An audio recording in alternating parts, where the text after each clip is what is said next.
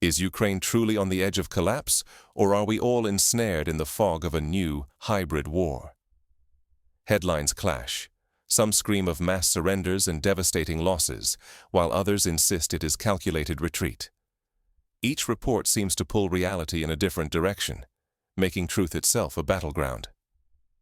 This is not the first time the world has found itself gripped by uncertainty and competing narratives in a major conflict.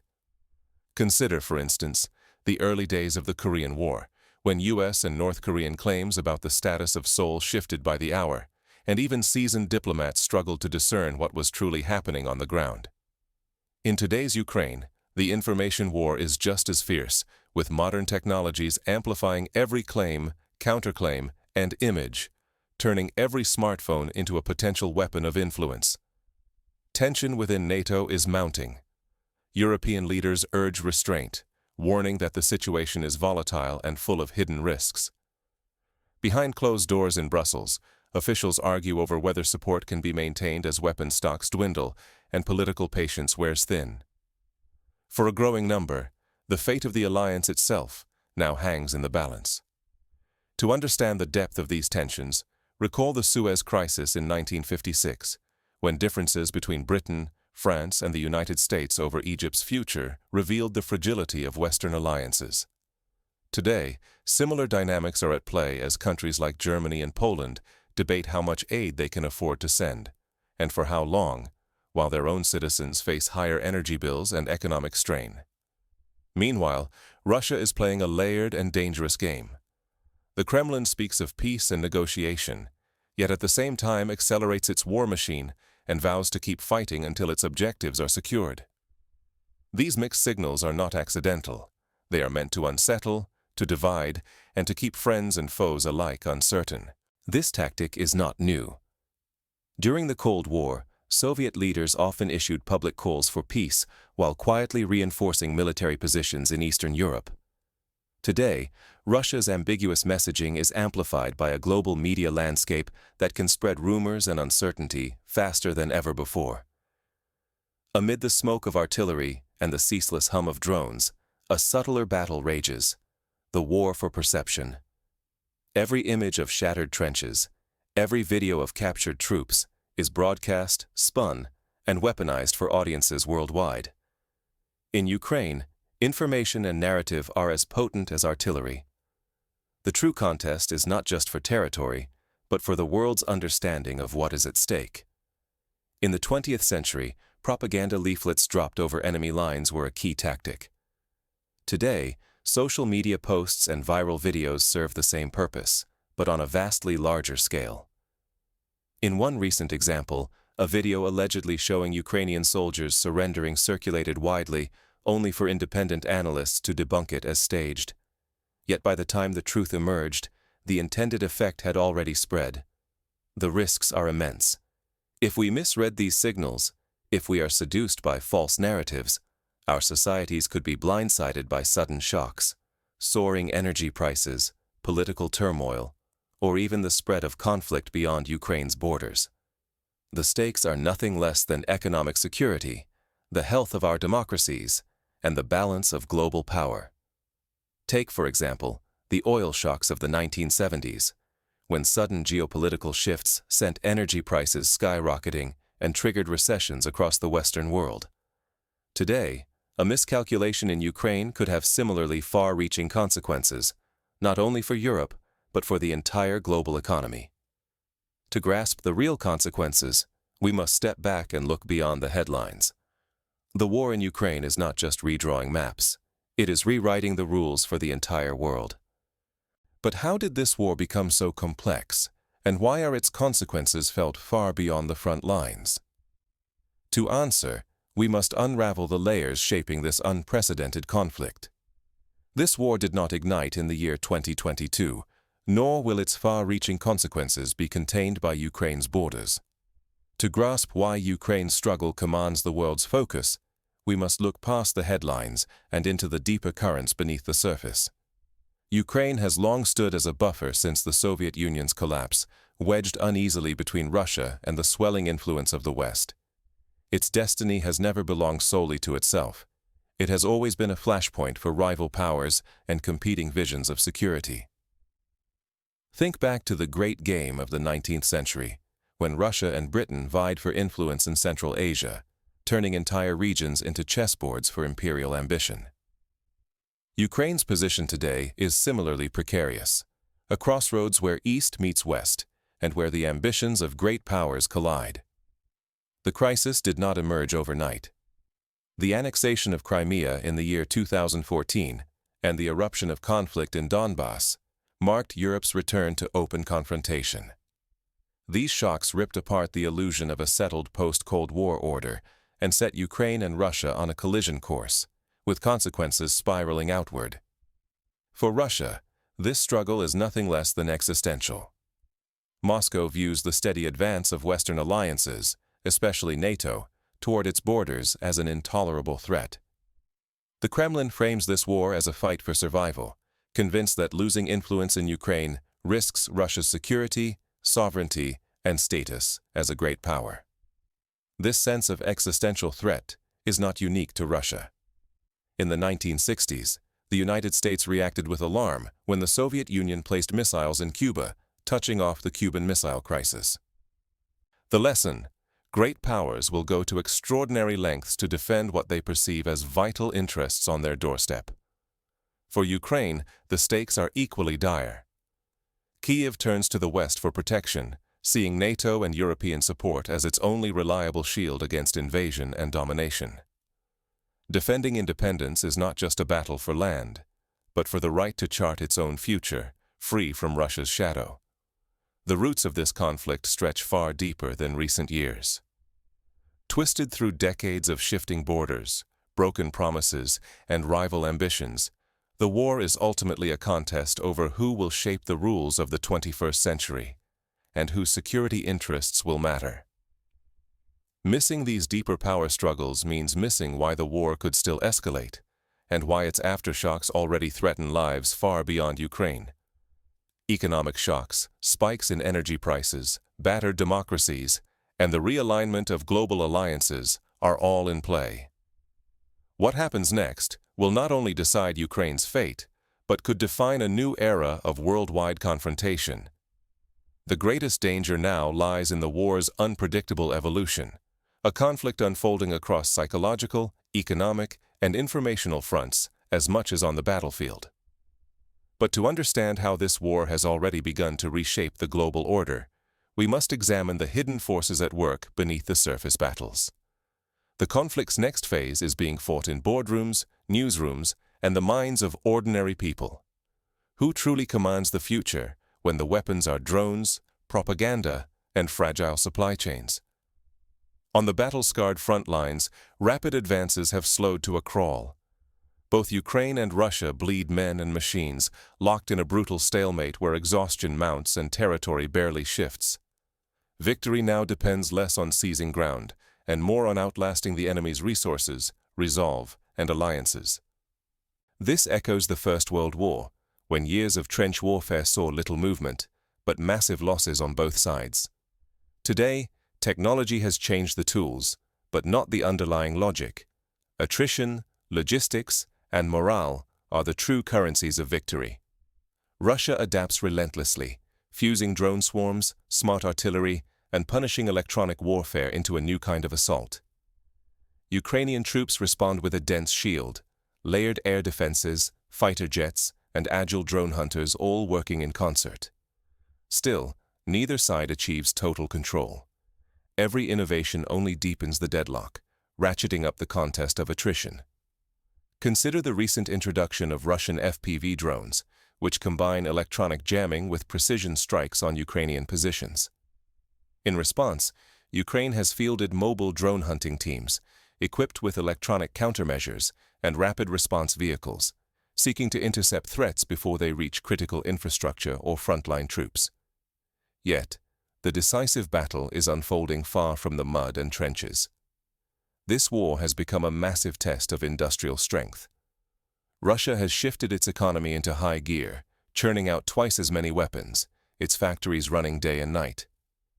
Ukraine's fight for survival, in contrast, depends on a delicate web of Western supply lines. each missile and shell arriving only if allies can overcome budget fights and tangled logistics. This is reminiscent of the Second World War's arsenal of democracy, with U.S. factories supplying the allies. Today, however, Western nations must balance their own military needs, public opinion, and economic realities, resulting in constant debate over what to send and when. Behind closed doors, NATO leaders debate their next move. They vow to support Ukraine, but worry about their own shrinking arsenals and gaps in air defenses. Some, pressured by restless voters and tight budgets, privately ask, how much longer can we give without leaving ourselves exposed? For example, in the spring of 2024, the Dutch parliament debated whether to send additional air defense systems to Ukraine, knowing that doing so would leave parts of the Netherlands more vulnerable to missile threats. Similar debates are taking place in Italy, France, and even the United States, as leaders weigh the risks to their own security against the moral and strategic imperative to support Ukraine. The impact of this war spills far beyond the battlefield. Rising energy prices, stubborn inflation, and economic uncertainty ripple through homes and businesses across Europe and beyond. Information warfare intensifies, with propaganda flooding social media and airwaves, fueling polarization and eroding trust. Each setback at the front echoes in parliaments and living rooms, testing the patience of entire societies. In the United Kingdom, for instance, the cost of heating a modest home has more than doubled since the war began, leading to widespread protests and calls for government intervention. In Germany, truckers staged blockades in protest of high diesel prices, citing the war's disruption of global energy markets. These are the new laws of modern war. Logistics, industrial output, information dominance, and the strength of alliances now matter more than any single victory in combat. If supply chains break or public support falters, even the most powerful armies and alliances can find themselves suddenly exposed, threatening the security of entire nations. But as old certainties crumble, new dangers emerge, forcing everyone to confront just how much is truly at stake. The next act will reveal whether resilience or fatigue decides the fate of nations. What if the next phase of this war is not decided in the fields of eastern Ukraine, but in the boulevards of Paris, the trading floors of Frankfurt, or the polling stations of Washington? As the fighting grinds on, the fate of the conflict and the future of the world order hangs in the balance, shaped by choices far from the front lines. There are 4 stark scenarios ahead. The first is escalation, a deepening war that spreads across borders, drawing in new actors and multiplying risks, from cyber attacks to nuclear threats. The second is a frozen conflict, with entrenched lines and a new Iron Curtain slicing through Europe, dividing communities, economies, and beliefs for a generation. The third scenario is a forced armistice, a ceasefire born not of victory, but of exhaustion, mass protests, or diplomatic fatigue.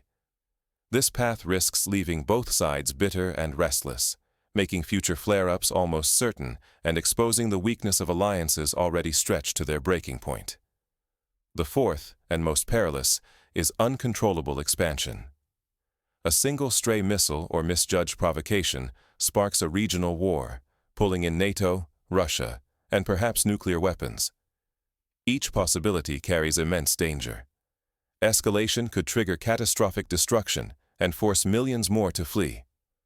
A frozen conflict would cement economic hardship, with energy costs soaring and vital trade routes blocked. A hasty ceasefire could fracture trust between allies and embolden rivals elsewhere.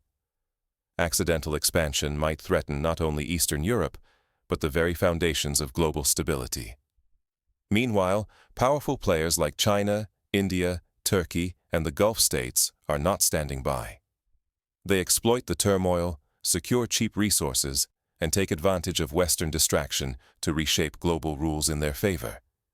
In this scramble, the old world order is unraveling faster than anyone predicted. For example, while Western nations focus on Ukraine, China has deepened its economic ties with Russia, buying discounted energy and investing in strategic infrastructure.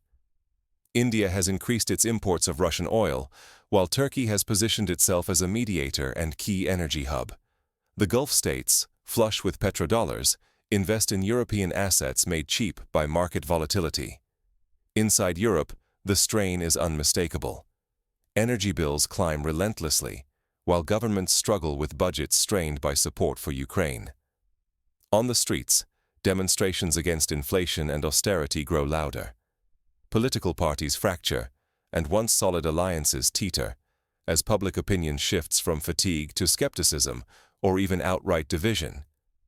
Across the Atlantic, the United States faces its own dilemma: whether to double down, risking deeper entanglement, or pull back and risk its credibility as a global guarantor. This debate splits not only politicians, but families and communities, between those who see involvement as essential and those who see it as an endless cost. Consider the debates during the Vietnam War, when U.S. society was torn over the costs and moral justification of continued involvement. Today, the Ukraine debate evokes similar passions, with rallies both for and against aid echoing in American cities. In the end, what is at stake is more than the fate of Ukraine. The choices made now will set the direction of global power for years to come. A single misstep could lock in decades of instability, economic pain, and lost freedoms for millions.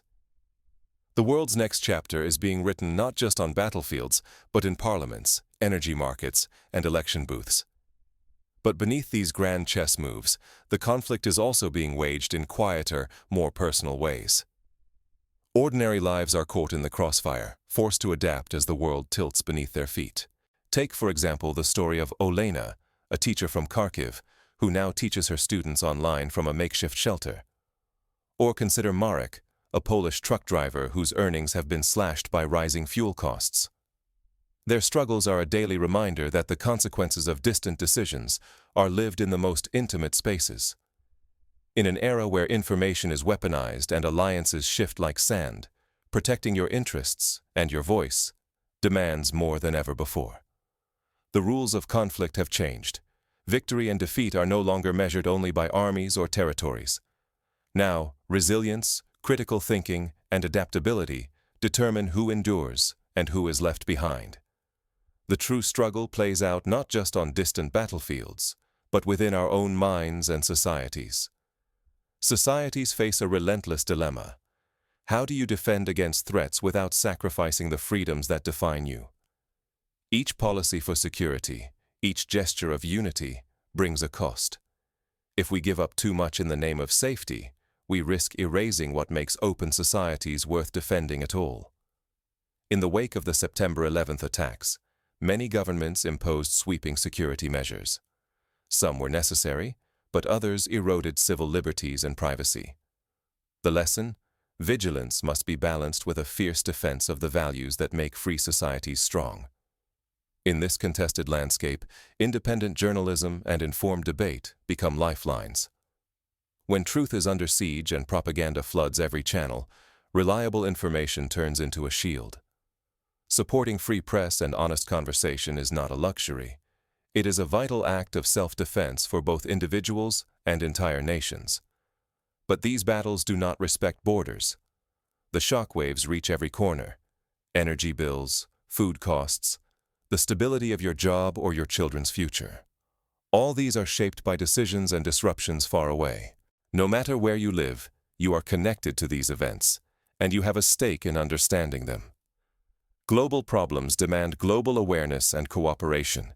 Without it, instability spreads like wildfire. Practical steps can help insulate your family and community from the turmoil. Stay informed by following multiple credible news sources, not just one. Support local journalism and participate in community discussions that foster understanding, not division. Advocate for transparent government policies, particularly those related to security and civil rights. Every act of engagement strengthens the social fabric needed to weather global storms. If we let our guard down or cling to old habits, we risk losing more than comfort. Our security, our freedoms, even the foundations of democracy itself could slip away, washed out by crises we failed to anticipate, or by liberties we surrendered too quickly. With global power structures fracturing and old certainties dissolving, only one path remains: stay alert, stay informed, and never stop questioning the simple answers. But what does vigilance really look like in a world where the truth is so contested?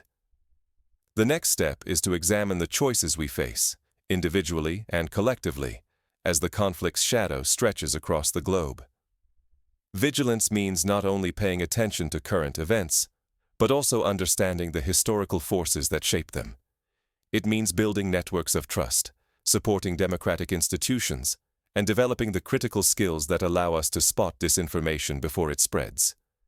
It means teaching the next generation how to navigate a world awash in conflicting narratives, so that they too can stand firm when the ground shifts beneath them.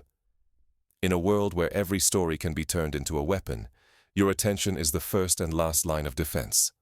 The war in Ukraine is not simply a distant fight between armies. It is a living example of how military force, economic strength, politics, and the battle for information are woven together, each pulling at the fabric of the world's future. What seems like a struggle for land or the display of new weapons is only the surface. The true fight runs deeper, shaping everything from global alliances to the very news you read each morning. Every headline, every viral video, every official announcement, each is a calculated maneuver in a larger contest. Public opinion itself becomes a front line. Economic shocks do not stay confined to stock markets or government budgets. They ripple into homes, empty wallets, and change the direction of entire countries. Decisions made in Brussels, Moscow, or Washington reach across borders, influencing the cost of your electricity, the stability of your job, and the security of your rights. If we let go of curiosity and critical thought, we hand over the power to define our reality. The flood of misinformation and the temptation to tune out can leave us as passive observers, or worse, as chess pieces moved by those who understand the true rules of this game. The price of disengagement is not just confusion about the news, but the slow erosion of choices that will shape the world our children inherit. Being informed is more than watching the news scroll by. It is the habit of questioning, comparing, and searching for the forces at work behind each story. Your willingness to dig deeper, to challenge easy answers, is what keeps you in control of your future. Consider setting aside time each week to read long-form journalism, discuss current events with friends, or engage with experts who offer diverse perspectives. Get involved in civic life, whether by voting, volunteering, or simply staying informed about your community's challenges and opportunities. These small actions, multiplied by millions, help build societies resilient to manipulation and fear. The global order is being rebuilt not only on muddy front lines, but in boardrooms, social networks, and the private thoughts of millions.